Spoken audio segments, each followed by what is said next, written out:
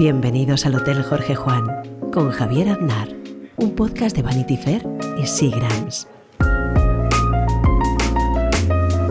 Hoy tenemos de invitado en el Hotel Jorge Juan a Quim Gutiérrez. ¿Cómo estás, Quim?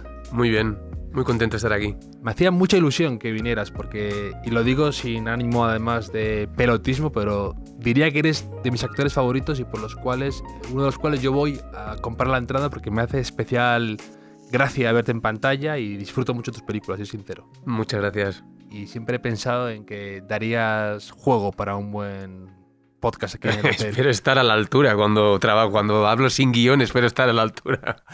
De momento no has reorganizado nada en este hotel, al contrario del que sueles hacer en otros, por lo que tengo entendido que te gusta reorganizar y reordenar de vez en cuando tu habitación.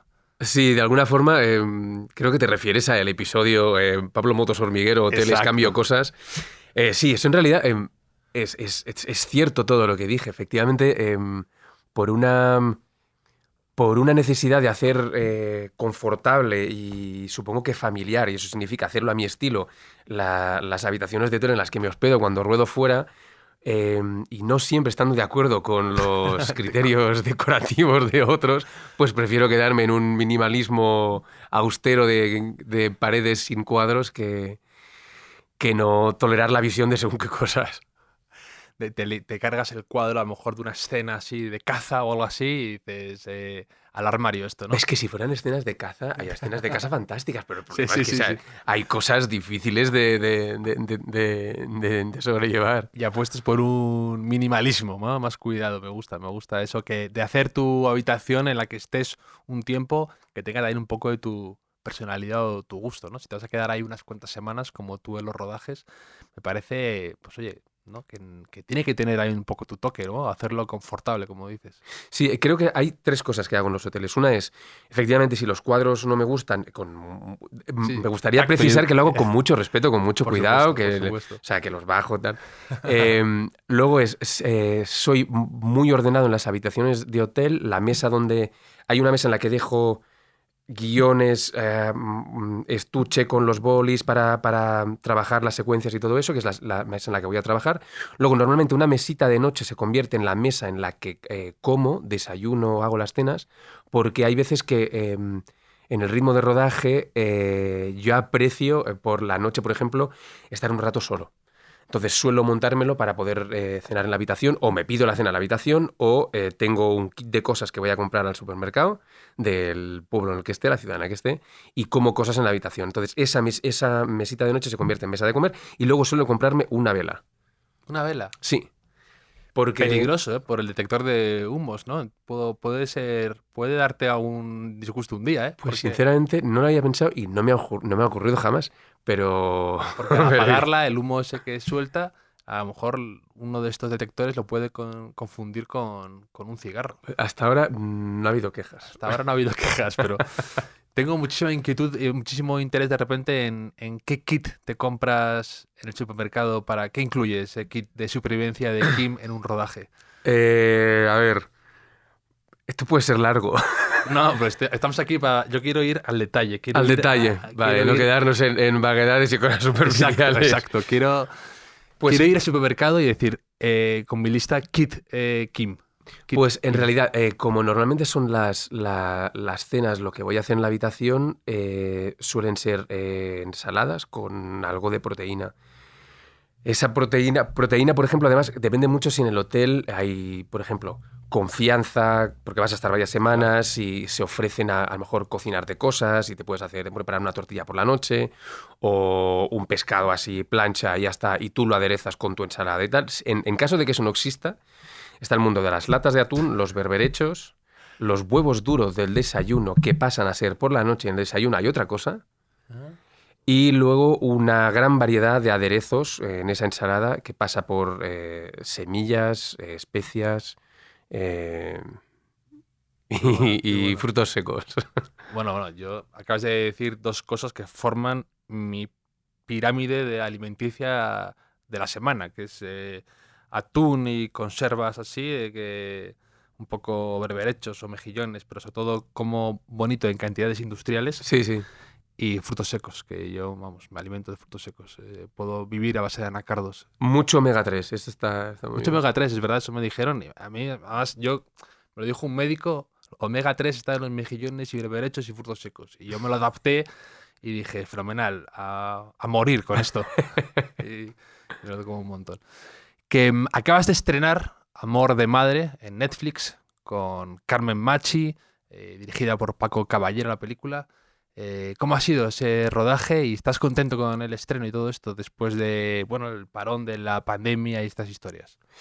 Yo reconozco que a esta película le tengo un cariño especial. Suena como frase manida cuando promocionas, pero en este caso tiene que ver con una duración inusual de un rodaje. Porque la película empezamos a rodar en marzo del 20. Como todo el mundo sabe, el día 12 o 13 se cerró todo y a nosotros eso nos pilló en Isla Mauricio. Isla Mauricio es un elemento importante en la película porque para esa historia desgraciada de ese José Luis abandonado, digamos, el peor escenario posible es un sitio en el que hay un montón de parejas recién casadas y que se asemejan lo más posible al paraíso en la tierra. En ese contexto paradisíaco nosotros veíamos como equipo de rodaje cómo las noticias pasaban de los alarmismos a realidad, ¿no? Pues mi padre o un amigo de mi padre ha enfermado, está en el hospital, está muy grave, y sin embargo nosotros seguíamos, mientras la gente empezaba a encerrarse en sus casas en Europa y en el resto del mundo, en un sitio sin casos y en un entorno de puestas de sol alucinantes, de caer mandíbulas, ¿no? Entonces una sensación, bueno, si el mundo se acaba, que se acabe así. No fue exactamente así, pero es cierto que el contraste Claro. era significativo. Luego, yo no sé si pecamos de coraje y nos fuimos una segunda vez a Mauricio para intentar acabar la película. Ese fue el Mauricio 2 y eso ocurrió agosto y septiembre. 2 actrices que iban con nosotros se enfermaron, una estuvo 2 semanas y pudo rodar su parte, pero la otra no. Eso nos condicionó también el rodaje, tuvimos que retrasar y no contentos con eso, porque faltaban secuencias, básicamente tuvimos que acabar algunas cosas en Tenerife. Entonces es una película que es, a no ser que ruedes El Señor de los Anillos, estés 3 años con Peter Jackson en Nueva Zelanda, no es normal que pases un año entero encontrándote con la misma gente, con el mismo equipo, para contar una misma historia, ¿no? Eso en lo personal. En el resultado, a mí me resulta difícil no ver la película y pensar, ostras, esto es Mauricio 1, esto es Tenerife, Ya. esto es Mauricio 2. Ya. Pero yo creo que es una película que, dentro de una estructura claramente de comedia, que el tráiler deja muy claro por dónde va, es un tipo de comedia además que a mí me hace gracia, me gusta hacer, creo que es una película que esconde pues una parte emocional y ciertas lecturas añadidas. Pero es curioso porque es como una película dentro de una película, ¿no? O sea, tiene que decir que se podría haber escrito un guión o una historia, una película sobre vosotros atrapados en Mauricio, en las Islas Mauricio, con el contraste que supone eso, que es un poco como lo que tú dices de la película, ¿no? Le acaban de dejar en el altar y se tiene que ir a las Islas Mauricio donde te lo tienes que pasar bien, ¿no? Y tienes que disfrutar, Sí, que es lo último de lo que él quería, ¿no? Pues un poco ese mismo contraste que tú dices, ¿no? El de todo el mundo parece que está acabándose y vosotros en las Islas Mauricio, ¿no? Sí. Trabajando. Me parece como eso, una película dentro de una película. De hecho, el día que cancelamos el rodaje en Mauricio, hicimos una fiesta antes de que cerraran. Nos enteramos esa misma noche de que Mauricio cerraba. Estábamos en el hotel en Flick Flack, entonces teníamos que cambiarnos de alojamiento porque estábamos separados algunos actores de otra zona en la que estaba el equipo. Entonces, esa misma noche hubo una fiesta salvaje, un poco con la sensación de primero, no sabíamos si al día siguiente nos iba a escoltar el ejército o no sabíamos si la película la íbamos a acabar, y no sabíamos, por otro lado, lo que nos íbamos a encontrar al llegar a Madrid pocos días después. De hecho, no sabíamos ni cuándo íbamos a volar. En realidad Netflix tuvo que fletar un avión para que volviéramos, pues al final estuvimos una semana más sin saber exactamente cómo volver. Y bueno, la película va de... Me hace gracia que una vez más te dejan en el altar. Empiezo a ver un patrón, digo... Me encantaría que todas las películas tuyas empezaran así ya. Kim Gutiérrez es plantado en el altar y de ahí lo que sea. Y hace un viaje por la carretera y se descubre a sí mismo. O luche contra Lobezno y Batman. Me da igual, pero que el punto de partida sea Kim Gutiérrez abandonado en el altar y de ahí hacia arriba. Pero me encanta porque manejas muy bien esa vis cómica mezclado un poco Con patetismo. con patetismo, pero, ¿verdad? Pero un patetismo divertido y consigues de verdad hacer de esas escenas algo como te ocurría en Primos, que es una película que me encanta, o por ejemplo Una hora más en Canarias, que creo que es una película un poco infravalorada porque quizá era muy adelantada a su época por como lo que intentabais hacer ahí de Sí. la mezcla de estilos. Y disfruto mucho de nuestras películas tuyas con ese toque cómico y de verdad que lo haces estupendo, me tenías muy bien en ese registro. Yo te confieso que en este tipo de personajes, para mí, el gran reto es cuando a todas luces interpretas un personaje perdedor, cómo hacerlo, cómo conseguir un mínimo de interés, de dignidad en su comportamiento para que para que quieras seguir viendo lo que le ocurre. Alguien que empieza tan Claro. mal y que tienes de alguna forma que enganchar al espectador. Es el carisma del perdedor, por decirlo así, ¿no? Sí, total. Y creo que hay un amplio abanico de matices por explorar ahí, ¿no? Pero a mí siempre es lo que me genera muchas dudas. Y vale, empieza así, le dejan al altar, terrible, muy triste, tal. Pero, ¿qué elementos positivos hay en este hombre para que como espectador quieras seguir el viaje con él y no sea simplemente reírte de sus chorradas? No sé qué. Sí, de alguna forma yo creo que es encontrar la dignidad en el patetismo. A lo mejor son simplemente pudores míos por haberlo hecho muchas veces y pensar que a partir de un momento cosas de estas empiezan a calar en lo propio. Pero en cualquier caso es verdad que probablemente por haber interpretado personajes de este corte otras veces, sí que siempre intento dotarlos de una personalidad distinta, ¿no? Y eso viene a colación de lo de la boda, porque efectivamente después de Primos, Paco y yo nos mirábamos ¿en serio, tío, vamos a hacer esto de otra vez el tío abandonado el altar? O sea, generó ciertas dudas, pero lo jugamos a muerte y ya está. Adelante, yo insisto, debe ser un subgénero nuevo. Aquí tenemos una pequeña tradición, no sé si estarás familiarizada, que es hacemos un pequeño cuestionario Proust para descubrir más de las inquietudes e intereses del invitado y en este caso, que son muchas y variadas, quería empezar pronto con él, ¿te parece? Me parece muy bien. ¿Cuál es tu idea de felicidad perfecta?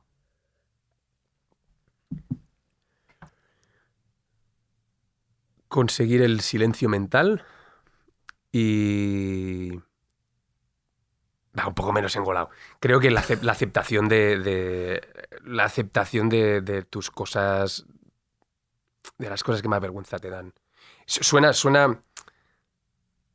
un poco elaborado, pero es que es cierto. Creo que soy malísimo en los cuestionarios, Javier. Ya ves, ya empiezo a hacer respuestas largas No, del a cuestionario. mí me gustan los cuestionarios un poco elaborados, ¿eh? No la contestación tipo test, que parece que no tiene más tonos que eso, ¿no? Pues me gusta oye, ver a la persona un poco lucubrando sus ideas y sus teorías. O sea, de alguna forma te podría decir que en verano a mí me gusta, por ejemplo, levantarme pronto por las mañanas, ir a correr, desayunar bien, luego ir a la playa y preparar pescado a la brasa por la noche.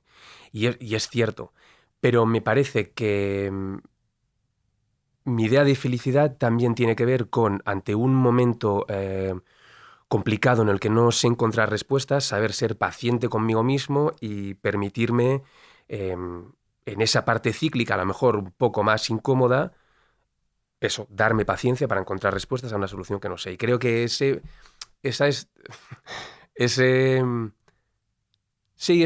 punto medio entre los momentos muy buenos disfrutarlos y los malos ser paciente, porque simplemente acabarán pasando, creo que conforman una idea más precisa de lo que es para mí la felicidad. Me gusta mucho. Y para ese silencio mental que has hablado, ¿haces algo de meditación o tienes algo de algún truco de estos en los que de concentración, en los que te gusta refugiarte para intentar alcanzarlo? Sí, en el 2015 empecé a meditar. Creo que como cualquiera, como todos los que no mediten ahora y escuchen esto, o los que empiezan sin saber muy bien si esto iba a llevar a algún sitio, si yo que pienso mucho iba a ser capaz de conseguir el silencio mental ese tan ansiado. Y te das cuenta que, bueno, que leyendo sobre ello y empezando poco a poco, pues hay a quien le funciona y a mí me funcionó, y es algo que he introducido en mi rutina diaria y me parece una herramienta fantástica. Viene un poco también influido por mi profesión. Mi profesión en este sentido, en lo que tiene que ver con la vida espiritual, por decirlo así, me ha permitido digamos, romper muchas vergüenzas o muchas reticencias. Como yo, ante una situación de un rodaje, una secuencia complicada, debía o quería controlar un estado de nervios, pues había ciertos recursos como respiración, como intentar estar positivo, intentar abrazar mis propios miedos. Hay algo de esto que me funcionaba para el trabajo. Entonces, de pronto pienso, ¿por qué no aplicarlo en la vida también? En una situación en la que... Y así empezó. No, yo también hago un poco de meditación, no tan constante como me gustaría, porque soy un inconstante en todas las cosas que hago en mi vida, pero sí también lo incorporo un poco en mi rutina y además sin ningún tipo de... que a veces pareces como muy místico cuando hablas de eso, pero Ya. para mí es muy normal y además lo hago de una forma muy casual, ¿sabes? Que no es que necesite 100 elementos y llegar a un estado mental de, no, simplemente me quedo parado, sentado, ni una posición demasiado complicada y pienso durante 20 minutos y dejo que todo eso fluya, ¿no? Nada más no me juzgo ni me culpo por no alcanzar un silencio inmediatamente o por no activar o por no llegar a una cosa que se supone que tengo que llegar y no me agobio con eso. Y me va muy bien, la verdad. Sí, lo del silencio mental, precisamente, o la meditación, tiene que ver con aceptar el no silencio mental. Sí, claro. O sea, para mí, yo, después de rayarme mucho, porque hay días que por ejemplo, después de hacer deporte, ¿no? Que estás con el pedo del oxígeno, digo yo, que después te duchas y todo eso y te bajas, estás oxigenado, estás ahí como medio colocado, te sientas y empiezas a meditar y sí, claro, pues tengo unos globos fantásticos. Pero el día ese que has dormido mal, que las cosas no salen, que te sientas y que tienes una avalancha de pensamientos, aceptar eso, precisamente tiene que ver con eso. Creo que mi conclusión personal es que tiene que ver con una cuestión de actitud. Me siento y acepto esos pensamientos, dejo que pasen y tal. Es el dejar, es lo que decías en cuanto a dejar fluir. No tiene que ver con menos esfuerzo. Total. Yo una vez leía a David Lynch decir que para él era como recargar el móvil. Cuando tú duermes mal, te enchufas 20 minutos y recuperas esa energía. Y probablemente haya sido el único que he entendido de David Lynch en mi vida. Pero me sentí como que me hablaba exactamente lo que yo necesitaba y me vino muy bien. Lo hago muy a menudo. Sí. 2 veces al día lo hago. Un rasgo que te desagrade de ti mismo. En los últimos 10 años he ido desarrollando un pronto que no sabía yo que tenía, una expresión de rabia, básicamente, que no me gusta. Pero al mismo tiempo entiendo que si ha salido ahora y no había salido antes, es que a lo mejor tenía que salir y una vez más se trata de aceptar esto también. ¿Cierta impaciencia o...? No, rabia de romper cosas. De romper cosas. Sí, he roto cosas debo decir que siempre son cosas mías. No son cuadros en hoteles. ¿Quieres desmitificar ya esta...? Total. No son cosas de los demás, son cosas mías y en general no me ve nadie hacerlo. Ya. O sea, no es un pronto que no pueda controlar en público, tiene que ver con mí.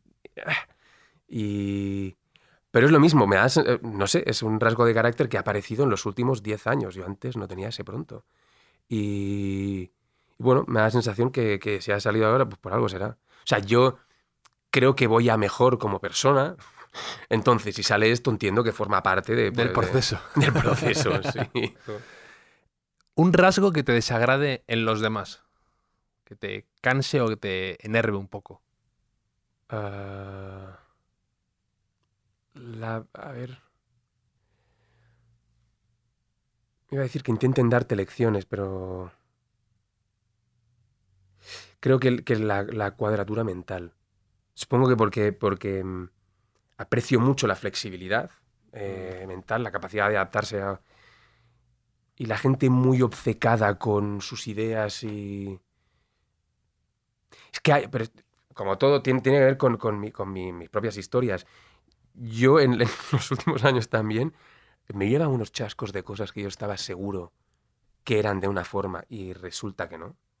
Va desde afirmar yo he dicho tal cosa, pero al 100% seguro de que yo he dicho eso. Y luego escuchar el registro y que empiezas por una desconfianza sobre ti mismo y luego te das cuenta que en realidad probablemente nos ocurra a todos y muy a menudo. Total. Que la gracia está en, bueno, poner todo un poco en duda. Yo afirmo esto hasta que se demuestre lo contrario. Estoy dispuesto a que si alguien viene y me da argumentos, poner en duda mis ideas. Entonces, supongo que la idea, lo opuesto, que sería la cerrazón mental, me molesta. Me parece una lástima. Me recuerda un poco hay un libro de David Carr que se llama La noche de la pistola, que él era un periodista muy bueno del New York Times, que él estaba convencido de que hace 25 años un ex amigo, compañero de trapicheos, porque tenía una historia un poco turbia, él estaba convencido que le había apuntado con una pistola en un momento de su vida. Y resulta que la pistola la empuñaba a él realmente. Entonces él hizo una historia de investigación, de periodismo de investigación puro y duro, para intentar esclarecer qué pasó esa noche.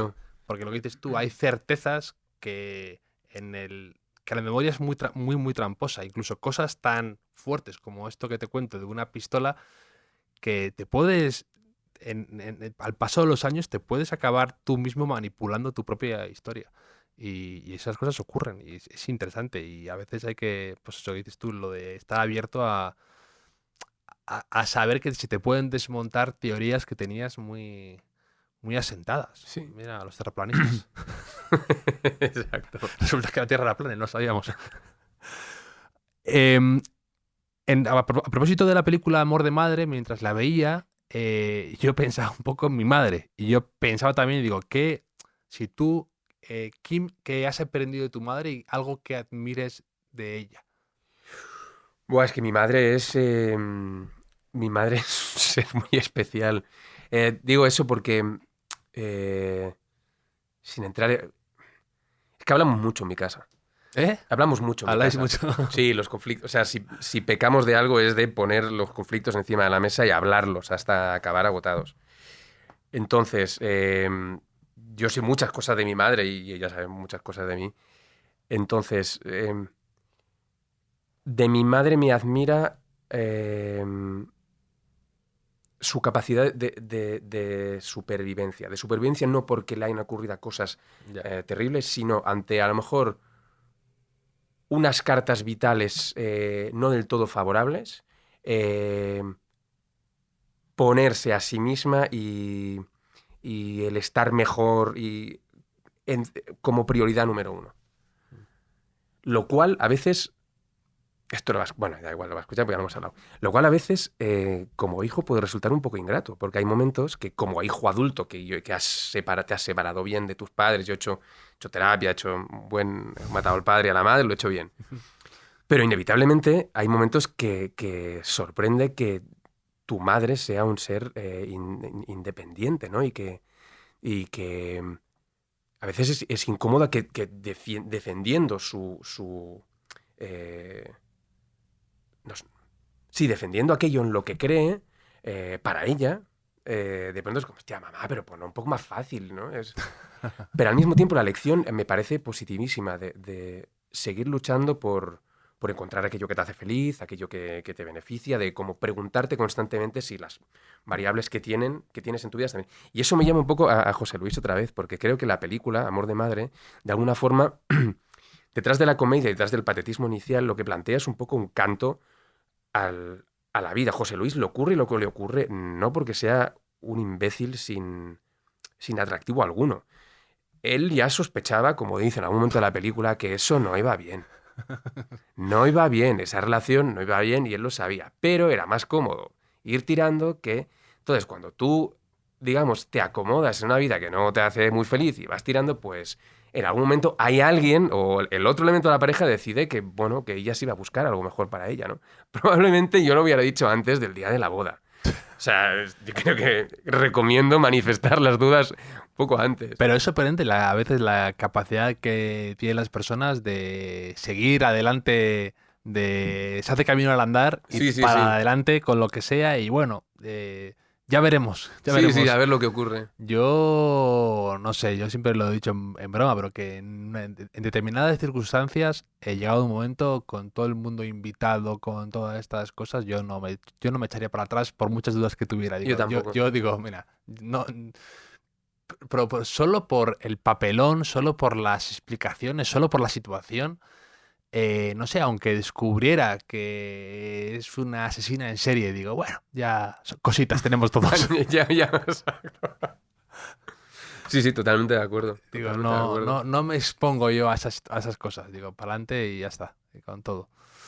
Tengo entendido que te gusta, tienes interés por el arte y te quería preguntar por alguna última exposición, algún museo, algún artista que hayas descubierto últimamente y por el que tengas interés. O, por ejemplo, te vi en Instagram y compartías que habías leído el libro de Kooning Sí. y que te había encantado y que lo recomendabas y que era bastante fascinante su vida. Y tenía interés por saber más de tus intereses en el mundo de la pintura y el arte. Sí, pues hacía unos años que, en realidad, en 2015 estuve en Art Basel, Miami, y no entendí nada. Eh, Recuerdo además una conversación bastante torpe por mi parte con una galerista española que yo conocía de antes, de Madrid, en fin, de salir, y le contaba, es que realmente me cuesta emocionarme con las cosas que veo, ¿no? Y ella me dijo algo así como, bueno, el arte contemporáneo exige a lo mejor un poco más de conocimiento, de... No, no, o sea, no me trató de ignorante, pero se refería a investigar procesos creativos, en fin, que como todo, cuanto más sabes, más puedes entender los códigos de una disciplina artística, ¿no? Entonces, no por esa conversación, pero por otros motivos, vale, pues voy a buscar qué cosas me gustan de arte contemporáneo. Yo había estudiado humanidades, me gusta leer la historia del arte, de todo lo anterior ya conocía, pero no tenía muy claro de arte contemporáneo, pues que me gustaba. Y empecé con las fotografías de Cy Twombly, las Polaroid de Cy Twombly, de esos tulipanes y tal. Eso me llevó a Cy Twombly propiamente, que es Una uno de maravilla. mis... Soy el orgulloso poseedor de los 4 primeros volúmenes del catálogo razonado, que ahora mismo es Sí, sí, imposible de qué encontrar. maravilla. Y tengo los 4 primeros, especialmente el tercero es uno que pagué un precio... Sí. No, yo me quería comprar el catálogo razonado de Monpó y estaba disparadísimo de precio también. Pues una Es cosa, una que, locura. claro, son libros que se editaron muy bien, y esto es de los 90, finales de los 90. Entonces, de ahí pasé a las fotografías pintadas de Richter, y de pronto empecé a encontrar cosas que sí me gustaban en el arte contemporáneo, ¿no? Y fui tirando el hilo, y ahora me gusta, y realmente gasto gran parte del tiempo que no paso en cuestiones interpretativas dedicado a leer sobre arte en general. Qué interesante, ¿no? Y Cy Twombly es una maravilla. Incluso las fotos de su estudio, de su casa, son Sí, impresionantes. Y luego los cuadros a mí me parecen que son una maravilla. Me encanta verlos. Y sí, sí, sí, sí. Y algún artista o algo así que haya alguna exposición que hayas visto últimamente te haya gustado, te llamado la atención. pues mira, precisamente en Instagram puse una foto de una exposición que vi en el Palazzo Grimani de Venecia, que se llama Arquinto, y es de Georg Baselitz. Mm. De hecho, creo que ahora está, ahora que va a ser creo que ahora es la Bienal, pues ahora está todavía, y es fantástico. Baselitz de hecho, Baselitz y Twombly son los artistas de los que más libros tengo. Hasta ahora Twombly tenía una hilera en la estantería, y Baselitz ha ocupado una nueva, porque empiezan a acumularse varios volúmenes. Me parece de los artistas vivos más, no sé cómo decirlo, más rotundos que quedan, por decirlo así. Yo hace poco me estaba leyendo un libro que se llama, tengo aquí, El arte de la rivalidad, que habla de algunos artistas cómo se han tenido relaciones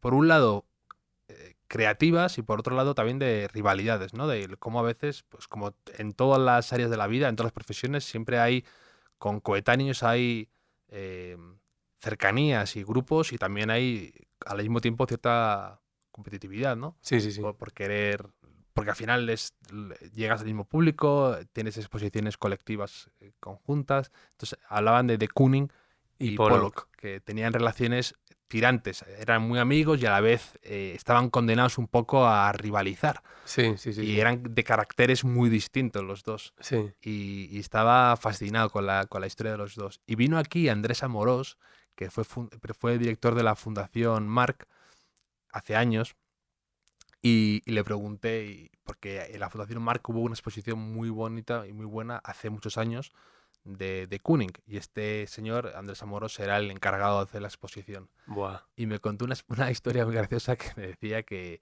pues hablando con otro artista español, con José Guerrero, que había vivido en Nueva York en esa época, un pintor también sensacional, em, pues le cuenta que está en el proceso de hacer la exposición de Kooning. Además, todavía vivía y iba a ser espectacular. Te hablo del año 79, por ahí, Sí, sí, sí, sí. en Madrid.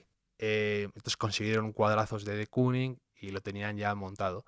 Entonces, hablando con José Guerrero, le dice José Guerrero, pues yo es que en Nueva York vivimos muy cerca y entonces cuando él saca la basura, no, cuando él saca a pasear a su perro y yo saco la basura, entonces hacemos paseos por Nueva York hablando de arte y de exposiciones y de proyectos nuestros y tengo 1000 anécdotas con él y es un tipo divertidísimo y le empezó a contar historias y el otro se quedó impresionado, ¿no? Entonces le dice, oye, pues vente a la Fundación Marc a la exposición y haces tú la inauguración y nos cuentas una pequeña conferencia, todo. Entonces llega ya a la conferencia y José Guerrero dice, de Kooning es un pintor de origen holandés que vive en Nueva York. Adiós. Y no habló nada más, ¿sabes? No me lo creo. Como que dijo 2 frases, súper cortado y súper tímido con el tema. Y luego, cenando, volvió a contar otra vez esas historias divertidísimas. Y este me decía, es que cuando tenía el micro delante, no quería contar nada, le daba mucho pudor o le daba vergüenza contar sus historias de amistad con de Kooning. Entonces me hacía muchísima gracia ese Buah, contraste. qué maravilla haber estado ahí. Sí, sí, sí. Sí, sí. Y a mí de Kooning y Pollock, los dos me encantan y me hizo gracia que vieras, o sea, que te leyeras el libro a la vez que yo me estaba leyendo este. Sí, debo decir que voy a tomar una captura de pantalla de este libro porque, a ver, rivalidades Freud, Bacon, Manet, Degas y Matisse Picasso. Vale. Te lo regalo, te lo voy a dar. Aquí, esto es como las perchas de los hoteles o las toallas, que dices, esto a lo mejor entra dentro de lo que te puedes llevar del hotel. Un último descubrimiento de una marca, un diseñador o algo de moda, a ti que te gusta mucho y tienes interés. De hecho, una vez en la promoción del vecino llevabas un poncho de Loewe que me dio una envidia. Lo vi y dije, me encanta esto. No me puedo poner yo porque esto se lo puede poner Kim Gutiérrez y no tanta gente más. Pero digo, ¿cómo me encanta ese poncho? Y luego vi que lo había subido a Instagram y que era de lo de Sí. J.W. Anderson, ¿no? Era Sí, sí, sí, sí. del de Loewe. Y me encantó. Y digo, tiene gusto vistiendo.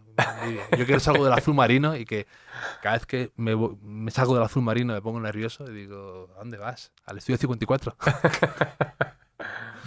Pues... Vale, pues mira, de hecho hay una joya que llevo ahora mismo. La estoy enseñando, estas Sí, cosas, sí, estas sí. cosas iba a decir en la radio, pero sí es cierto. Pero mejor sí. que se lo imaginen, ¿no? Y Sí, que sí, sí, no- intento describirlo.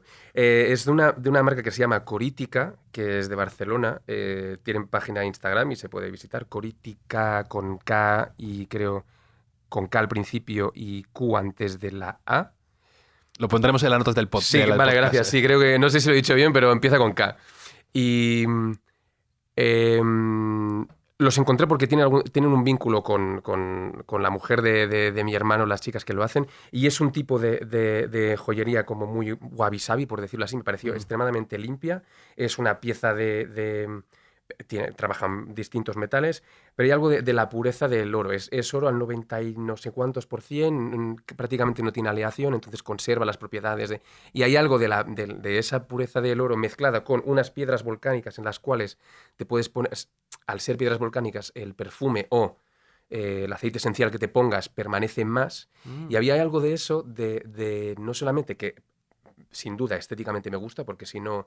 sea cual sea el rollo, si no me gusta Sí, sí. estéticamente no entro. Pero aunaba estas dos cosas, ¿no? Una visión como, sí, de pureza de los elementos y también como muy limpio estéticamente. Y me gusta que la pieza de oro es irregular, todas son irregulares y distintas las unas de las otras.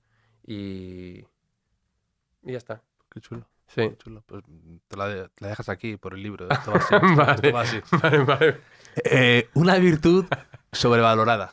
Que digas, "Bah, esto tampoco". Que todo el mundo crea que... Aquí se ha dicho mucho tipo de cosas. Se ha dicho la sinceridad, la simpatía, de todo tipo. O sea, que puedes decir cualquier cosa que nadie va a escandalizar. De algo que tú consideres que está bien considerado, algo que tú creas que está bien, que la gente considere bien tener, pero que tú digas, tampoco... Pues estar informado de la actualidad. Mm, Creo que está tremendamente sobrevalorado. Creo que la actualidad está muy sobrevalorada. Creo que a veces poner en contexto de una línea histórica mucho mayor ayuda a rebajar la ansiedad que generan.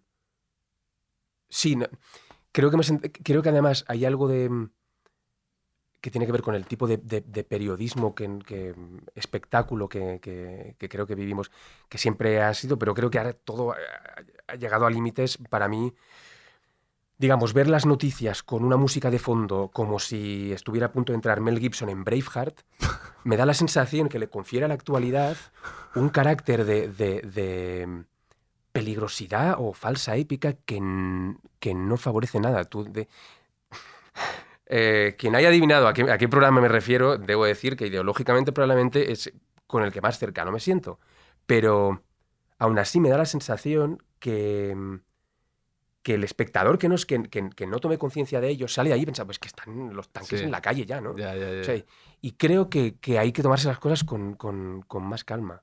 Y por eso digo lo de la actualidad, porque tú acabas de ver eso y realmente sales enfadado y hay un punto, ¿hasta qué punto me beneficia a mí en el resto del día esta ansiedad permanente por... Bueno, y creo que, por ejemplo, con la pandemia a mí me ayudó mucho en leer cosas sobre la Primera Guerra Mundial. Coincidió que vi un par de pelis y leí pues lo de de Kooning mismo, ¿no? Leer cómo era el Rotterdam de los años 20, el nivel de pobreza, la mortalidad infantil, creo que nos ayuda a poner en contexto... ahora me puedo meter en un lío, pero bueno. Creo que nos ayuda a poner en contexto esa sensación de los que vivimos en el occidente privilegiado de que de pronto la muerte llama a nuestras puertas y cuando tú vives en otros rincones del mundo, esa mortalidad infantil, pues no son las cifras de principios de siglo, pero todavía es muy elevada. Y la gente convive con la enfermedad y la muerte de seres cercanos constantemente. Entonces, eso no le quita ni un ápice de drama a lo que vivimos con la pandemia. Pero es cierto que en nuestra burbuja estamos menos acostumbrados a lidiar con esos elementos. Con la muerte, con la enfermedad, con... Entonces, creo que poner en contexto este tipo de cosas nos ayuda un poco a, vale, a mí al menos me ayudó a hacerlo, ¿no? Y eso se contradice un poco con ese seguir la actualidad permanentemente y estar como, es que hoy ha ocurrido tal y... Vale, sí, pero leamos un poco la historia. Sí, poner en perspectiva creo que es fundamental para entenderlo de verdad y luego para no entrar en ese juego que te genera mucha ansiedad de la noticia espectáculo y de sentirte, la necesidad que tienes casi obligatoria de sentirte mal por algo que está sucediendo actualmente en todo momento, ¿no? Es que no has visto toda la línea de comentarios en Twitter, Claro. no has visto todo el insulto, de Sí. verdad. Ya... Ujú. Qué fácil el actor que se va a la isla Mauricio cuando los demás estamos en la pandemia, ¿eh? Claro. Mete el dedo en la llaga. Mételo porque esto era complicado. Un placer culpable que tengas. Algo que quizá, entre comillas, no te sientas orgulloso, pero tengas una debilidad por hacer, por comer, por decir, por vivir, lo que sea. Yo cuento muchas cosas de comer bien y realmente lo creo y 5 o 6 días a la semana lo hago, pero yo soy muy goloso. Me gusta mucho el dulce. En mi familia eso viene de atrás. Me han dicho que te has acabado el turrón esta semana. que es prácticamente inmoral acabarte el turrón. Sí, pero es como un Tomar problema. turrones. Hubo un problema. Porque el pack de turrones no llegó cuando tenía que llegar. Entonces, cuando te lo llevas en marzo, pues te lo acabas en ¿Vas a abril. sacar a la crisis de transporte o a la...? No, la crisis de mi padre. O sea, que no nos mandó los turrones cuando tocaba. Que teníamos que ir a Barcelona, pero hubo COVID de por medio, no pudimos ir. El pack se quedó allí. Entonces, cuando fui a buscarlo ya a finales de febrero, pues... ¿Y vienes de una familia pastelera o de tradición turronera o algo así? El padre de mi padre, mi abuelo, era representante de una casa de turrones muy célebre en Cataluña. Entonces, yo debo decir además que a mí no me gustaba el turrón de Gijona hasta yo creo los 15. Entonces yo me quedaba con el de crema y tal. Un placer adquirido, ¿no? Sí, De Kooning y el turrón de Gijona. Son las dos cosas a las que te has abrazado últimamente. Y me arrepentí muchísimo. Porque claro, son muchos años de no comerme el turrón de Gijona que se comían mi hermano y mi padre y mi tío. Pero bueno, digamos que estoy recuperando el tiempo perdido. No, yo como el mismo turrón que un niño de 8 años. Yema, turrón extra dulce de ese de lo que sea y no te han encontrado el placer al turrón este de piedra y esas cosas. El duro, el de turrón Alicante. duro y tal y todo esto. Todavía no le he encontrado ese punto, pero vamos, algún día En mi casa se hacen catas. Se hacen catas Se de hacen turrón. catas. Hay como... O sea, no hay un turrón de cada, hay varios de cada. Dos o tres de Gijona, 4 cremas, entonces probamos. ¿Qué tal ha quedado Mi madre, este año este? mi madre hace cata de roscón de Reyes. Es una loca de roscón de Toma. Reyes y es una, bueno, catedrática casi del turrón Es que no es del tontería. roscón de Reyes. No es tontería, el brioche del turrón del roscón. Sí. Y mi madre es una experta y siempre pues invita a gente y hace una cata de roscón. Pero voy a incorporar la cata del turrón porque parece que además puede dar juego la cata del turrón, ¿eh? Voy a incorporar la costumbre. Voy a robar apropiación cultural de los Kim Gutiérrez Adelante. a la cata del turrón. Ahora pasamos del turrón a el entrenamiento físico, que ya lo has mencionado un par de veces y tengo curiosidad por lo que haces de deporte. Creo que es algo muy presente en tu vida y quiero tu rutina e imitarla. Quiero tu cata de turrón y tu rutina para acabar en Men's Health. Qué bien Comiendo contrastado. turrón.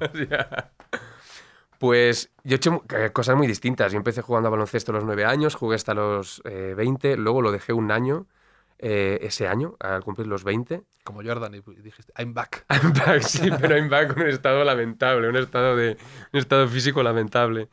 Y entonces empecé pues, con el gimnasio, con las pesas, tal, pero no fue hasta 2006 donde para la preparación de un personaje encontré un entrenador personal, Rafa Bautista, que es un tío fantástico, que me enseñó lo que es entrenar bien por primera vez en mi vida. Entonces estuve con Rafa, hemos hecho varios periodos en los que hemos entrenado juntos. El último terminó hace un par de años, creo, sí, justo antes en 2019, justo antes de la pandemia. Y gracias a él he aprendido a entrenar bien. Entonces yo ahora en mi casa, a la que recientemente me he mudado, bueno, hace un año y medio ya, pero realmente es poco. Cuando el proyecto es grande, Claro. el tiempo pasado es poco. Y destiné una habitación al gimnasio. Entonces tengo una elíptica, tengo pesas, tengo varias cosas. Y eso es lo que hago ahora. Salgo a correr porque tengo un entorno fantástico. Hago mucho TRX y pesas. Y luego cuando hace bueno, me meto en la piscina y combino cosas en la piscina con el exterior y luego me monto un circuito por el bosque y tal, de subir. Cosas muy chorras de cuando eras pequeño, pero sí, cuando haces en modo gimnasio de, vale, salto la piedra, luego me arrastro por aquí, subo al árbol, que lo hace mucho más entretenido. Si te ven desde fuera, puede ser que llamen a alguien que venga a rescatarte, pero funciona. Hay un tipo que sigo que no le sigo porque me da pudor, pero hay en Instagram que se llama Liver King. Liver King. Sí, el Pero rey, el rey del hígado. el rey del hígado. ¿En serio? Y te voy a explicar por qué. Porque este es un auténtico... Es un tarado absoluto, ¿eh? Que él dice que hay que vivir como él llama early ancestors, como los antiguos... Ok. Como nuestros antepasados. Sí. Y es un tipo que hace todo el día entrenamiento vive como muy a las afueras o algo así, entonces vive rodeado de bosque, entonces hace entrenamientos funcionales de estos, de escalar cosas, trepar, pero muy, muy llevado al límite, de cómo hace simulaciones de caza y todo. Y es verdad que el tipo está a un nivel físico totalmente, no sé cómo decirte, es que está perfecto, ¿sabes? Dices, le debe funcionar, pero vive como... entonces, claro, te atrae un montón. O sea, no puedo dejar, es un poco hate-watching de esto, ¿no? Que digo, ¿qué tipo de vida lleva esta persona? Y entonces se alimenta sobre todo de hígado, porque dice que los animales... ¿En serio? Sí, se alimenta de hígado porque dicen que... Eso se supone que es verdad, que los animales cuando se comen a otro van directamente al hígado porque es donde está toda la fuente ahí de riqueza De lo mejor. de lo mejor. Cuando una orca se come a un tiburón blanco, van a por el hígado, solo ahí dejan el resto, porque ahí están todos los nutrientes. Entonces él es un obsesionado de estas teorías.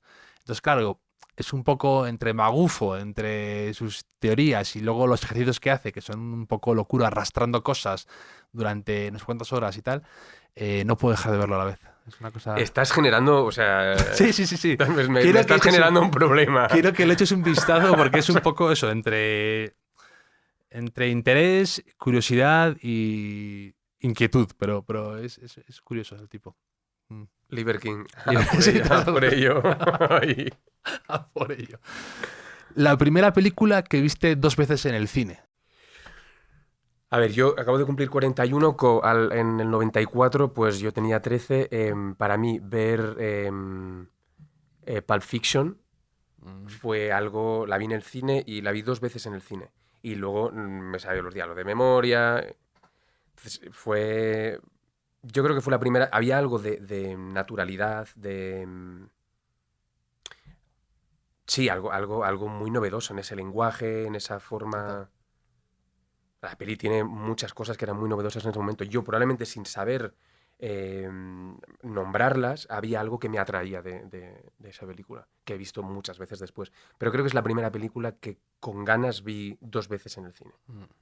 A mí, yo la fui a ver tarde porque me acuerdo perfectamente que la hermana mayor de un amigo mío me dijo que se había desmayado en el cine por la escena esta de la adrenalina que le inyectan la esta. Entonces, claro, una hermana mayor me dice que se ha desmayado, digo, bueno, quita, yo... La publicidad insuperable. Si ella se desmaya, a mí me daba reparo, digo, ¿qué tipo de atrocidades hay en esa película como para que alguien se desmaye? Que ya iba Coe y yo era un... Entonces digo, si una chica de Coe se desmaya, ¿qué me pasará a mí?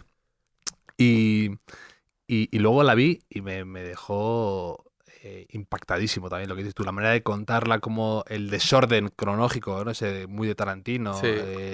cómo se te tienen a contar ciertas historias o en qué ese humor también, un poco esa forma de hacer las cosas de Tarantino también me dejó impresionado. Yo vi seguidas Pulp Fiction y Reservoir Dogs. Buah, Un fin de semana intenso. qué maravilla. Sí. Y un actor o director o que alguien del mundo del cine que hayas admirado o redescubierto últimamente y que digas, joder, me parece fascinante lo que hace esta persona, o que digas, mira. Lo tengo clarísimo. La semana pasada vi La peor persona del mundo, la peli de Joachim Trier. Yo también la vi. Y me vi también Oslo 31 de agosto, que es la primera así. La del chico, el tío que está en el centro de desintoxicación y vuelve a su casa y tal. Vale. Y realmente me tengo que poner las pilas con el noruego o el danés, porque me parece...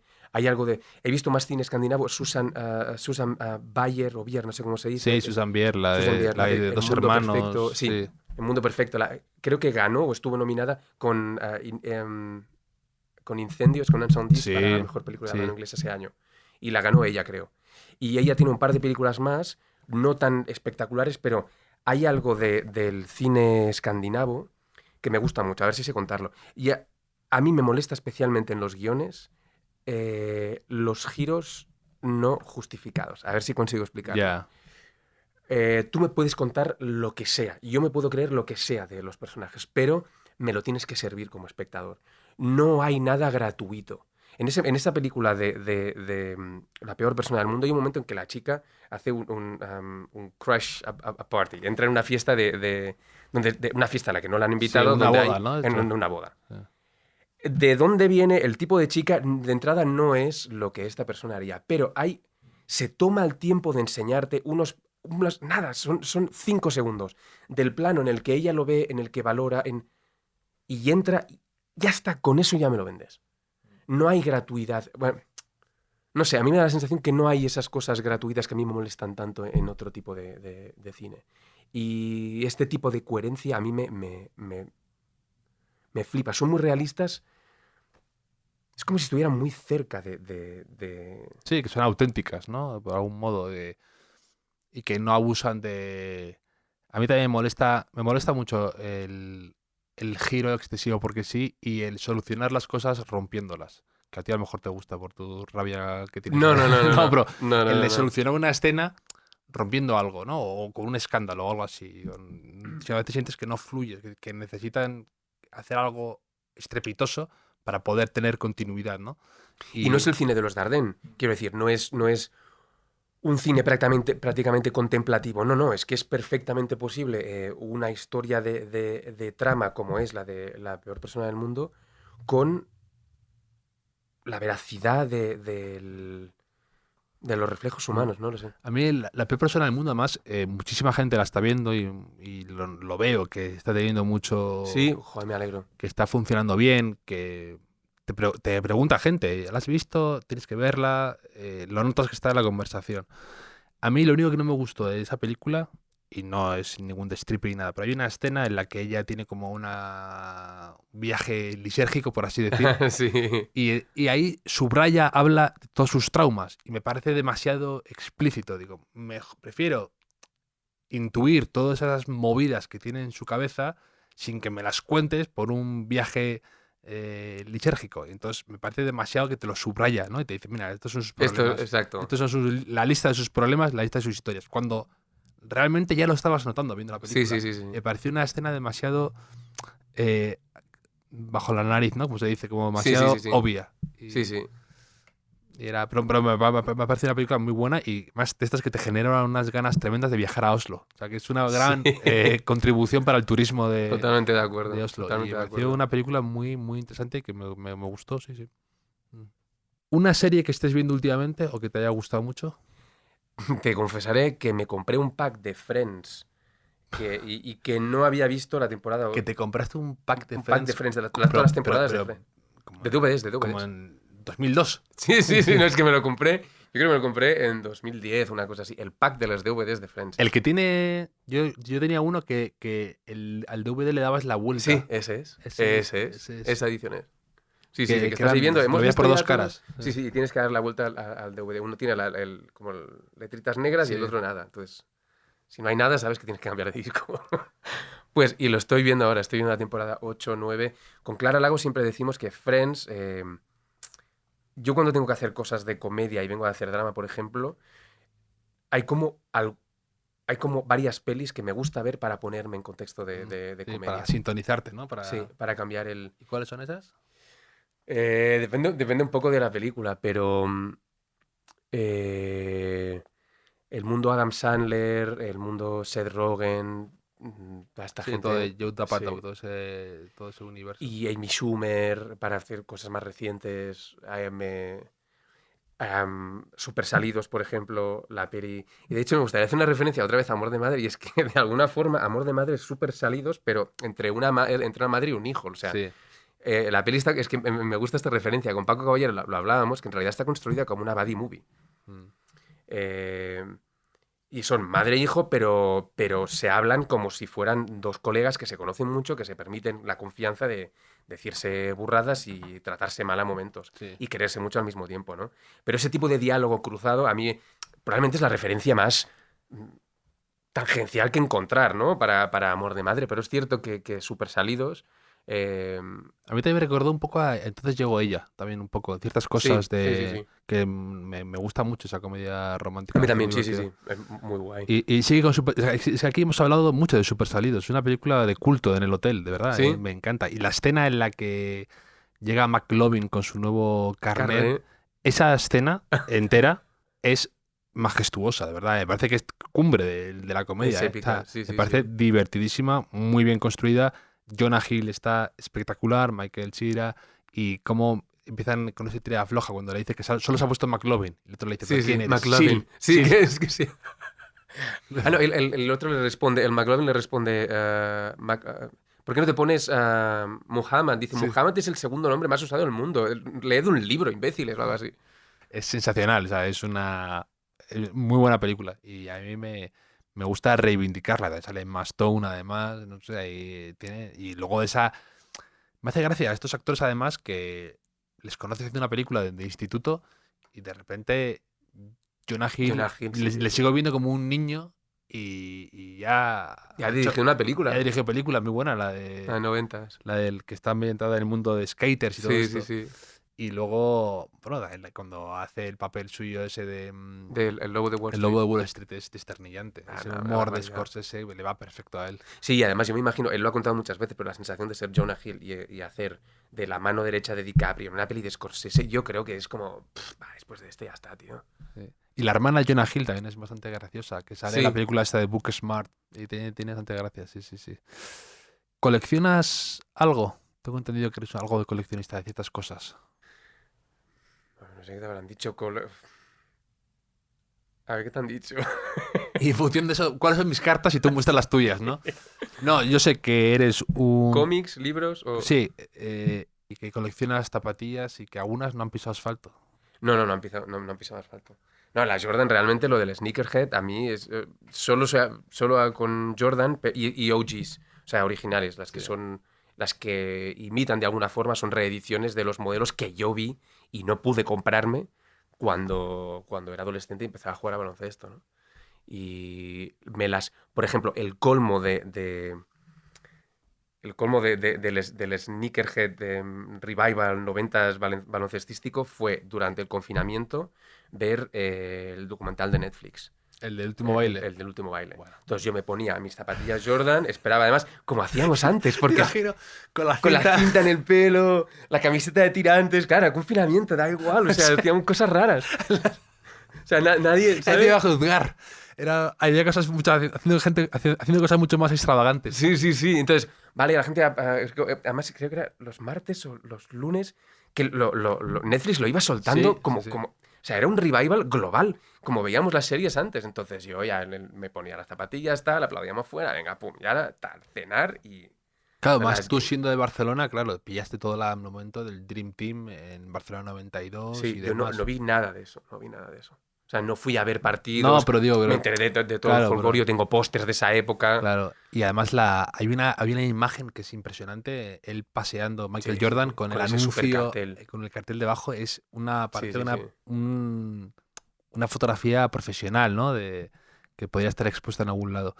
Y hace poco te vi que compartías revistas de NBA hace tiempo y Sí, te sí, sí. da un ataque nostálgico. Yo Sí, también. soy guardador. Antes de ser padre, la verdad es que hice una buena limpieza de trastero, que también es una cosa que he aprendido que está muy bien. O sea, quitarte ese peso de encima está bien. El arte de perder, que decía Elizabeth Bishop, sí. Sí, sí, Marie Kondo no sé cómo lo sí, dice, sí, sí, pero Marie Kondo te ven dice a tu fuera, casa. fuera. Si no te hace feliz, fuera. Exacto, no de feliz fuera. Sí, sí, sí. Pero es verdad que guardo cosas y recientemente he recuperado, no, he buscado la colección de los cómics de Bola de Dragón, en catalán, porque hubo una edición en catalán, Sí, sí, sí, es verdad. que yo tenía algunos y... La serie los he blanca, encontrado todos. la la serie azul, roja. la serie sí, roja. sí, sí. Sí, yo también tenía de esos cómics. ¿Cuál es tu villano favorito de Bola de Dragón? Yo creo que es Célula súper Célula. Bueno, Freezer. Freezer, yo Yo soy viví de mucho- Freezer, ¿eh? Yo realmente lo de Freezer era de cada semana cuando salía el capítulo Sí. de ver y la batalla esa infinita en Namek. Infinita. Hasta que se mueve el super guerrero, qué largo era eso. Sí, sí, era Que era un tremendo. capítulo soltaba un Kamehameha. Era como, tío, tírale algo. ¿Una ciudad o un país que te fascine especialmente? Y el que dijeras, no me importaría vivir aquí una temporada, si fuera posible. ¿Sabes? Copenhague. Mm. Mi hermana vive allí, su marido es danés y he estado ya 3 veces y me pareció Tuve sensaciones muy raras muy raras, quiero decir, muy positivas, pero peculiares con la ciudad. Me dio la sensación que el urbanismo, eh, el urbanismo está hecho a una escala que se asemeja al salón de tu casa. Es decir, los edificios son perceptibles en su totalidad como si estuvieras en el salón de tu casa y quisieras mover muebles. Es decir, como si Sí, sí. los edificios fueran muebles. Tú los puedes ver enteros. Mm. Y no sé, me dio una sensación como una escala muy humana, muy confortable. Luego está todo pensado, hasta el último detalle en urbanismo está pensado para hacerte la vida más fácil. Y en 1 hora y media estás en un bosque fantástico, como Hillebrand, no me acuerdo. En un bosque fantástico en el que estuvimos, que nevó y estuvimos en una casa con mi hermana y su marido y tal, y estuvimos muy bien. Un poco a colación mi acercamiento al mundo escandinavo, que también viene orientado por Karl Ove Knausgaard. Que te has leído sus Sí, sí, sus sí. diarios, Sí, sí, su sí. lucha. Sí, sí, que esto también daría, yo creo, para una sesión sola, porque esto genera también muchas...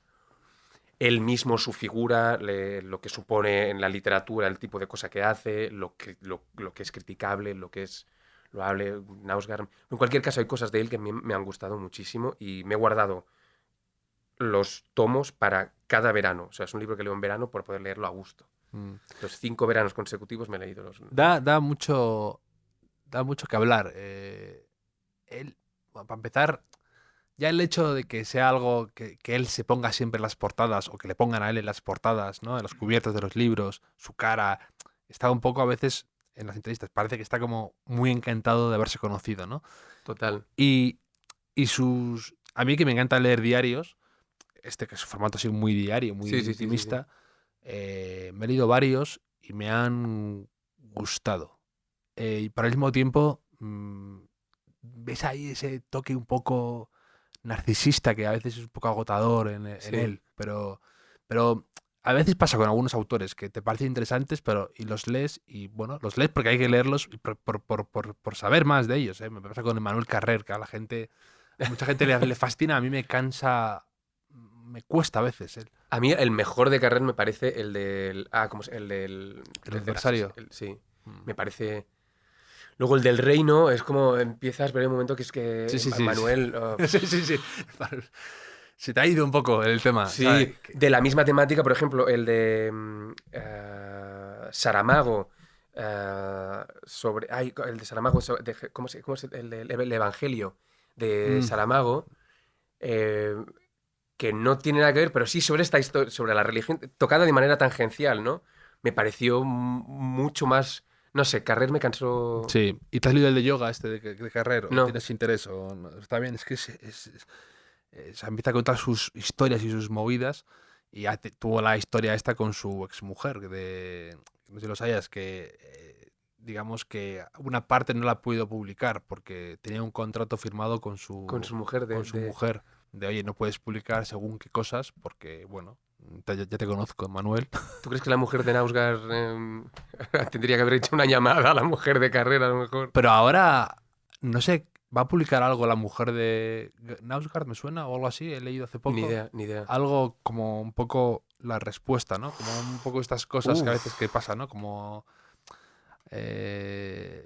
no sé, sí, creo que lo leí, pero a ver qué sucede con esto, con Knausgaard y compañía. Sí, sí, sí, es una figura controvertida en el mundo literario, ¿eh? O sea, sí.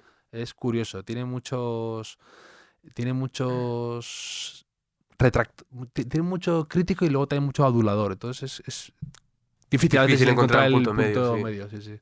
Yo el último debo decir que hay algunos tomos que he disfrutado mucho más que otros. Y el último hay una digresión insoportable sobre Hitler que yo Sí, es verdad, reconozco. eso que fue el final, ¿no? Eso que fue muy Que fue hablado lo como, de vale, Hitler. vale.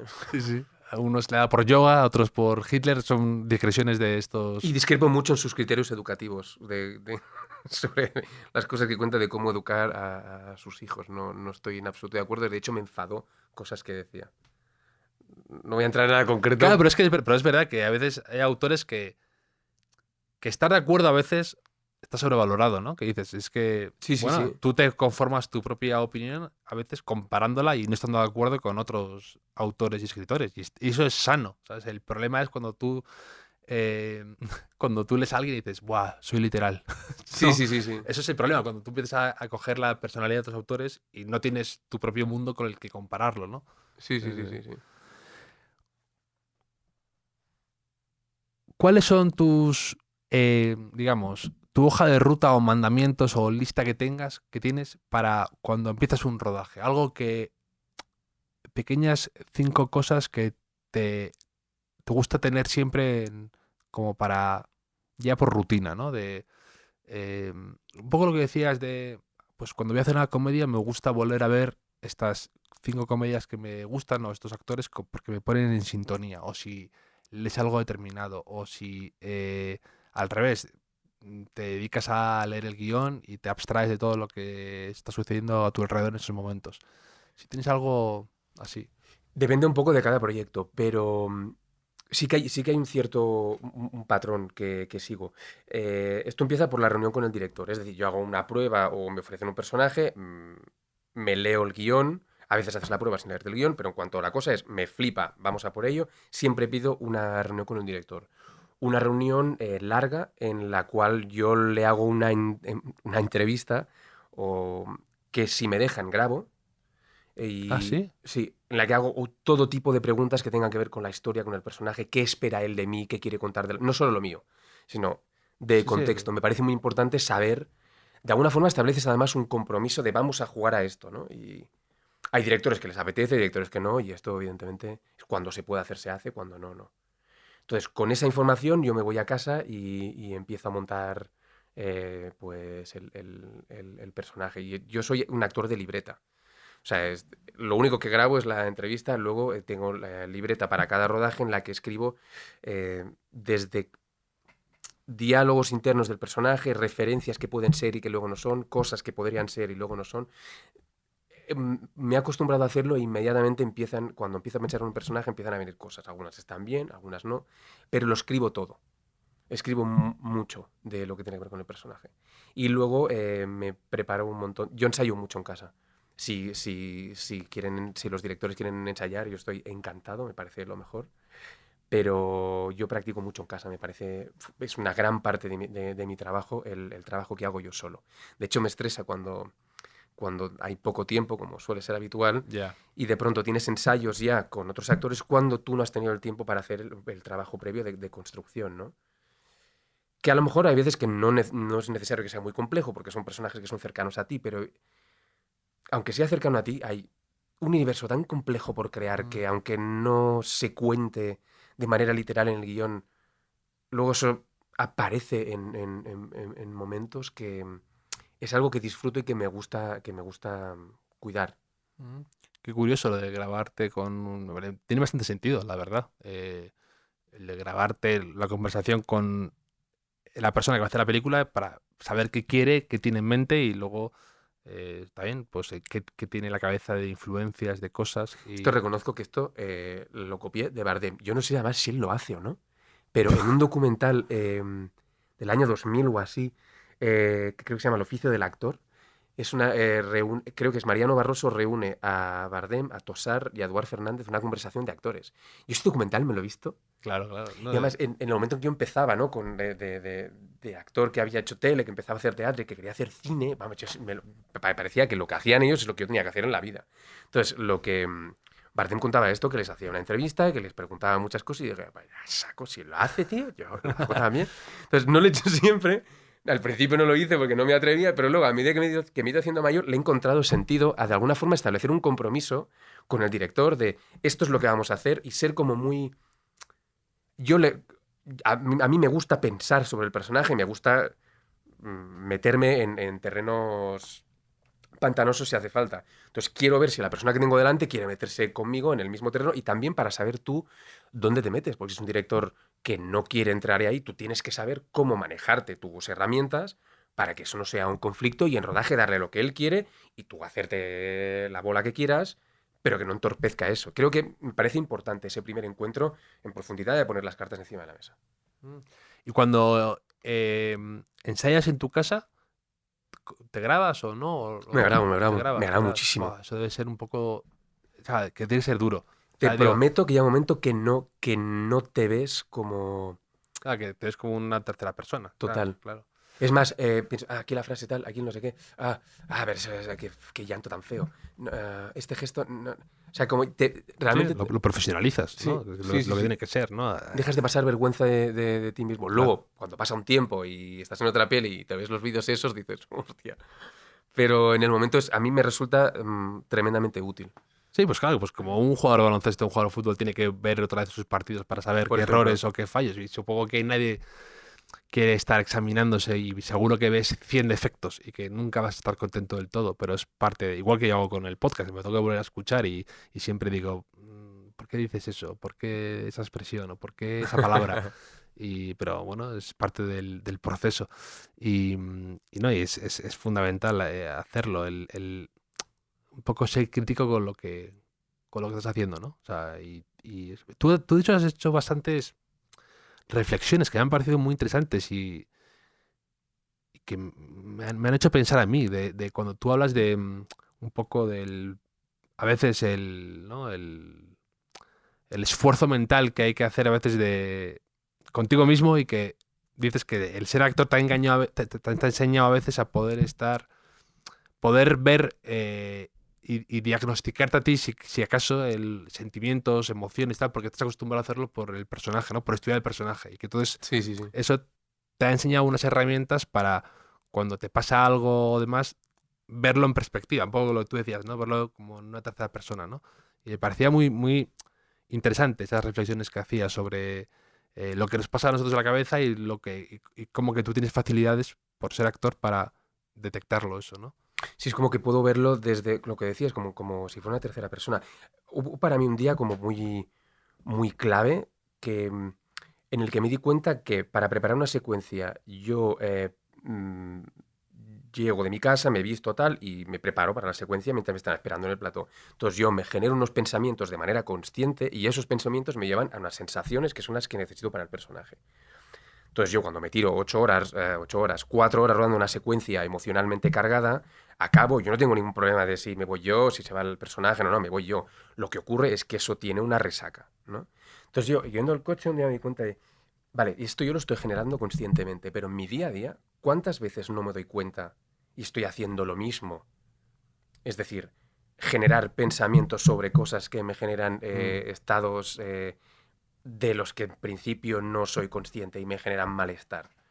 Pues sería interesante empezar a prestar atención a eso. Y en realidad fue muy sencillo verlo así, ¿no? Y, y bueno, eso tiene que ver pues con budismo y tal, y el control, bueno, el control no, el empezar a entender cómo funciona el cerebro. También me leí un libro de un neurólogo sobre cómo funciona el cerebro, de... ¿Sigo? Sí, no, es muy interesante cómo es ese proceso de aprendizaje, ¿no? Y oye, que tengas esos intereses por profundizar un poco en lo que nos pasa a todos, ¿no? Lo del, lo del cerebro me pareció fantástico. ¿Este de Oliver Sacks o de quién es ese libro? No, este es el de Oliver Sacks también, pero este como muy... O sea, es súper divertido. El libro es... el autor es David del Rosario y el libro se titula El libro que tu cerebro no quiere leer. Y sintetizando mucho, lo que viene a decir es que aquello que en nuestra cabeza no hay alguien al mando que nos manda cosas, sino que el cerebro básicamente lo que nos manda, estos pensamientos que nos aparecen, tienen que ver con... O sea, el cuerpo es economía. Entonces, el cerebro nos manda aquello que cree que creemos pensar porque ya lo hemos pensado en la misma situación otra vez. Entonces, antes de que hacer el ejercicio de análisis, nos manda aquello que ya conocemos. Ante una situación que nos genera estrés desde que nacimos, desde los primeros momentos de estrés, ante una situación parecida, el cerebro manda aquello mismo. Entonces, cuando te das cuenta de eso, es como, que yo puedo decirle al cerebro Sí. que eso no me interesa, ¿no? Y sobre todo me sorprendió muchísimo que todos los que hacemos deporte sabemos dónde está el deltoides, dónde está el psoas, cómo estirar... el infraespinoso, ¿no? Y sin embargo, No está el infraespinoso. se inserta en la parte posterior de la espalda, Vale. pasa por debajo del hombro. Eso es difícil de tocar porque es infraespinoso, porque va por debajo. Entonces hay una porción que no se puede tocar y acaba aquí una parte. Estoy enseñando en la radio. Bueno, estoy haciendo gestos sobre mi hombro. Pero en fin, el que hace deporte y tiene una lesión de manguito rotador sabe dónde está el infraespinoso. Y sin embargo, sobre el funcionamiento del cerebro, sabemos pocas cosas y todo lo que nos pasa por ahí. Valga la redundancia. El punto interesante es si ese patrón nos beneficia o no y, segundo, que ese patrón es modificable. Porque si tú reeducas a tu cabeza con mucho esfuerzo, sin duda, porque es muy trabajoso. Sí, es una reprogramación, ¿no? Exacto. Bueno, con el mundo del deporte es muy fácil contar estas cosas. Cuando tú ves esas fotos de Jordan en el vestuario, que está como chill, teóricamente pasando con el puro, a lo mejor antes de empezar, y él contaba que visualizaba, ese ejercicio de visualización es exactamente lo mismo. Este tío no le dejaron entrar en el equipo del colegio. Luego, durante la primera etapa de universitario, pues no era el tío más atlético, no era el tío con las mejores aptitudes inicialmente. Y el tío, dale, que te pego. Dale. Quiero decir que evidentemente hay mentes que van muy enfocadas a ese tipo de trabajo, pero que me ha sentido que se puede hacer. Me gusta. Lo leeré, le voy a poner las notas del podcast. Justo era, la siguiente es, ¿cuándo y dónde fuiste más feliz? A lo mejor un verano, un año de tu vida, un momento, un viaje, un recuerdo, que te guste volver a él, que te traiga un poco de paz a veces o de buenos recuerdos.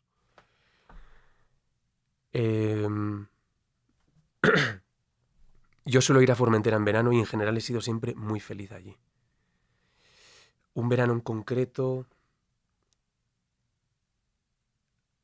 mira, también te diría, yo sigo yendo en verano con mi familia, con mis padres y con mis hermanos, con sus parejas.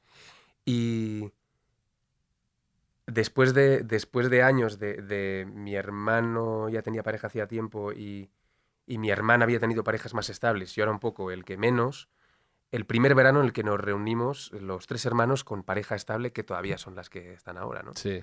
Y hubo una sensación de como un cierto cambio de ciclo. Y también de conocer las dos parejas, que eran la mía y la de mi hermana, que se incorporaban a esa familia, ¿no? Y eran desconocidas para los demás. Y hubo algo de encaje de piezas, ¿no? Sí. Sí, de conocer, ¿no? Vale, que esas son las nuevas teclas con las que vamos a jugar a partir de ahora. Y lo puedo contar porque fue muy bien. Estos son los nuevos jueces en la cata de turrones. A ver qué demuestran, a ver si saben. Y tú, juzgándoles, a ver cómo... A ver qué tal el paladar. A ver qué dicen a ver cómo catalogan el postre que habéis pedido, ¿no? Juzgándose entre vosotros. Sí. No, yo creo que ¿Libros que te guste regalar habitualmente o escritores favoritos? Bueno, menciona ya a Nausgard, a David del Rosario, creo que se llama. Sí. ¿Alguno más así que tengas? Yo he regalado Middlesex de Eugenides, que me pareció de los mejores libros que he leído nunca. Luego regalé mucho Houellebecq. Que es otro también sí, de los que sí. estoy deseando que traduzcan su nuevo libro en español, que ya está en Francia y tengo curiosidad por leerlo. Yo Sumisión me gustó más o menos. El último... Serotonina no me gustó nada. Yeah. No me gustó nada. Y bueno, me pasa esto con autores que hay épocas que Sí. coinciden supongo, con tu momento. Me pasó también con... me sale el título de un libro suyo. ¿De qué hablo cuando hablo de correr? Murakami. Me pasó con Murakami, que me gustaron... Me he comprado... El otro día estuve en Milán y me compré el libro de Murakami que ha sacado de sus camisetas. ¿En serio? Sí. No tenía ni idea de eso. El tipo, lo he visto por todo el mundo, ha ido coleccionando camisetas y entonces él habla de cada camiseta, de por qué tiene una camiseta de una tienda de discos, una camiseta de ketchup, una camiseta de cosas así, y cuenta un poco la ilusión o los recuerdos que le traen esas... Y era una serie que empezó a hacer por una revista conocida ahí en Japón y ya lo han hecho en formato de libro y te las muestra con fotografías cada camiseta. Entonces es curioso, es un libro curioso. De todas sus camisetas tiene una colección de cientos y cientos, porque también, o sea, es un poco obsesivo con el tema del correr o el tema de los discos o el tema de de las camisetas. Entonces, él dice que no es coleccionismo, porque coleccionismo implicaría un propósito, sino que él las ha ido comprando. Entonces, de repente, se dio cuenta que tenía tengo un una montón de colección. Sí, por tengo un decirlo montón de camisetas. Entonces, ¿cómo habla de cada recuerdo? Y de hecho, mi próxima columna en Vanity Fair habla un poco de eso, porque me hizo mucha gracia ese libro. Y habla de pues que él se compró una camiseta en una tienda de segunda mano por $1. Y entonces, a partir de esa camiseta, pensó una pequeña historia de la persona que habría llevado esa camiseta, le escribió un libro con eso, vendió los derechos para la película y al final, como dice, de $1, lo que he montado, dice, Sí. porque al final luego me dio acceso a otros contratos de editoriales, y dice, de $1, de una inversión tonta, de una camiseta que a lo mejor puede ser intrascendente, pero el cerebro empieza a pensar y eso me lleva a lo que soy ahora casi. El germen creativo, ¿no? La imagen Ujú. creativa. ¿Cómo se llama? Sí, el germen. ¿Cómo es? La imagen generadora. Eso en la escritura de guiones, como la imagen que genera todo. En este caso, pues la camiseta, Ujú. ¿no? Y a colación de autores, Ian McEwan. Oh, uno de mis favoritos. Me flipa. Y sí que todo lo que he leído de él es. Buah, es fantástico. ¿Cuál es tu favorito de Ian McEwan? Es difícil Eh, escoger, ¿eh? Porque algunos son muy diferentes. sí, yo reconozco que Expiación me costó. Expiación empieza lento. No, transcurre todo en un día. Entonces, claro, o sea, transcurre una gran parte de la historia fundamental, transcurre en una tarde. En una tarde. Sí. Y para mí coge de verdad velocidad de vértigo a partir del encuentro en la librería. Y es como espectador vas viéndolas, te ha sembrado muy bien todo. Es que me parece una inteligencia. Sí, juega también con el misterio, con cosas así. Es un libro que impresionante. Y como amor perdurable, creo que es amor perdurable la que empieza con la secuencia. Es que para mí de las mejores secuencias que he leído nunca con las que empieza una novela, la secuencia de los paracaídas. No lo he leído ese. Buah, pues flipe. Sí, sí, sí. Flipe muchísimo. La ley del. Me falta Solar. Sí, vamos, Solar, lo tengo por aquí. ¿Te gustó? No, Solar yo creo más que Vale. es uno de estos libros, yo creo, como de tránsito. Ya, que prueba otra cosa. Sí, no me pareció tan... Nada, me pareció un entretenimiento para él. Pero luego Sábado me encanta. Sábado es fantástico. Sábado que hay gente que no le gusta mucho. A mí me pareció fascinante. Como la historia de ese cirujano Sí, que transcurre todo en un día, en un sábado. Sí. Entonces se levanta hasta que... Sí, todos esos momentos en la mañana, que abre la ventana, todas se reflexionan. Todo ese monólogo interno, él cuando va a jugar al squash y se ducha y piensa en la ducha. Y es que eso me encanta. Y es verdad que la gente dice, es muy lento. Bueno, a mí esa lentitud me apasiona. Es muy difícil conseguir eso. Sí. Como escritor tiene un mérito tremendo. Tú Increíble. lo cuentas a alguien. Voy a escribir la historia de un tipo que se despierta un sábado y voy a venderlo. Vale, sí, vete a una editorial. Claro, pero es buenísimo. Y luego Cecil Beach también está muy bien. Y luego me compré los del principio. Amsterdam. Los cuentos. Sí, el de Bajo las sábanas, ¿no? O Sí. así. Hay un par de cuentos del principio que me. Es un poco de terror, además. ¿no? Sí. Sí. Ian McEwan es uno de los que yo siempre me gusta regalar porque, no sé, me parece que es un... ¿Y viste la película Expiación? ¿Te gustó o no? Sí. Con Keira Knightley, el vestido verde, es impresionante. Sí, me parece que, claro, cuando has flipado tanto con un libro, a mí personalmente me parece muy difícil repetir esas sensaciones. Pero me parece una adaptación muy, muy digna. Muy. ¿Tú qué opinas? ¿A ti te gustó? Sí, a mí me gustó. Me gustó y me hizo ilusión. A veces es verdad que sientes un poco de desconfianza, ¿no? A ver cómo tratan mi libro, ¿no? Sí. Sientes esa conexión con él que piensas que es única, Íntima, ¿no? sí. Íntima, y dices, a ver cómo tratan mi libro y si sienten lo mismo que yo.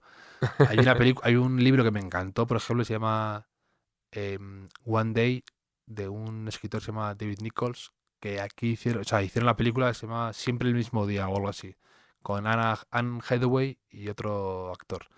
Y a la gente le gusta, es una comedia romántica, pero yo siempre digo que mancillaron el espíritu del libro. Ya. Al mismo tiempo me parece un poco insoportable estar así, ¿no? Y me gusta que haya ejercicios de... O sea, me gusta pensar en cómo habría... O sea, como dices tú, lo de visualizarlo antes, imaginarme cómo lo llevaría yo al cine y luego ir al cine y a ver cómo el director cómo lo ha interpretado, cómo ha llevado, ¿no? Me gustó ver el Gran Gatsby de Baz Luhrmann, ¿no? De cómo cómo lo lleva y dices, a ver en qué se fija, qué deja a un lado, en qué se centra, en qué escenas, cómo cuenta esto. Y me parece un ejercicio de verdad de pura curiosidad interesante. Un lema que tengas en la vida y que te guste repetirte o tener presente.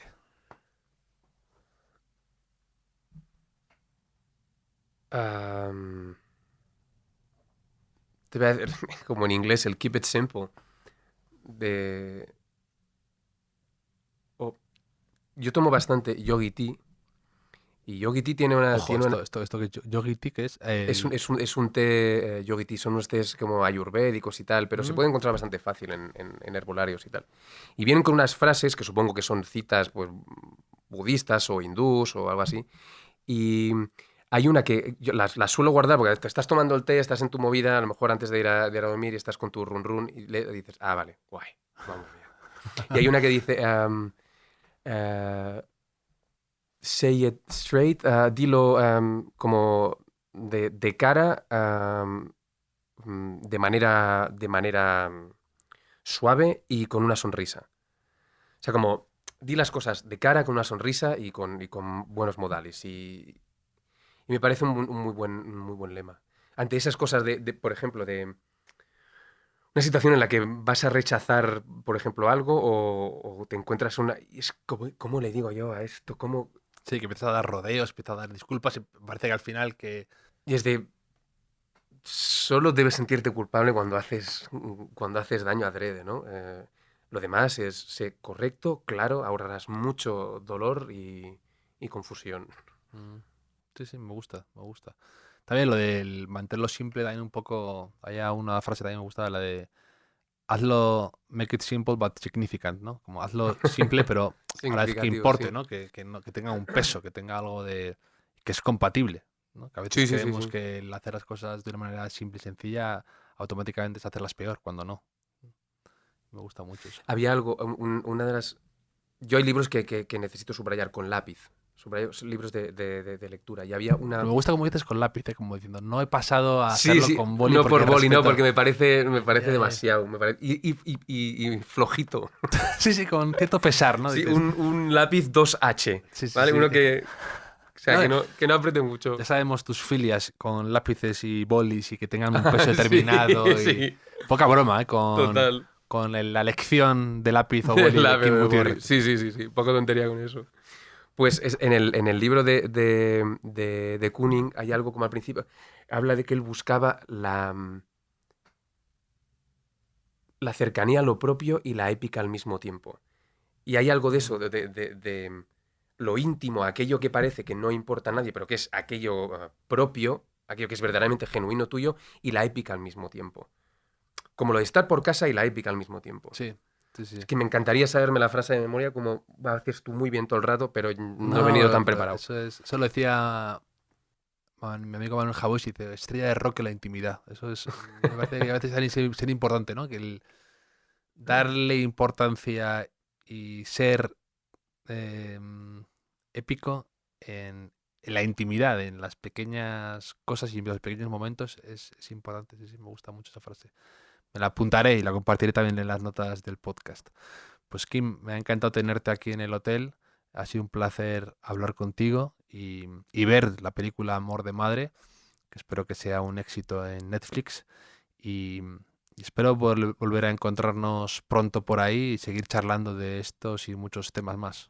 Seguro que sí, seguiría mucho rato. Sí. Un abrazo, Kim. Muchas gracias.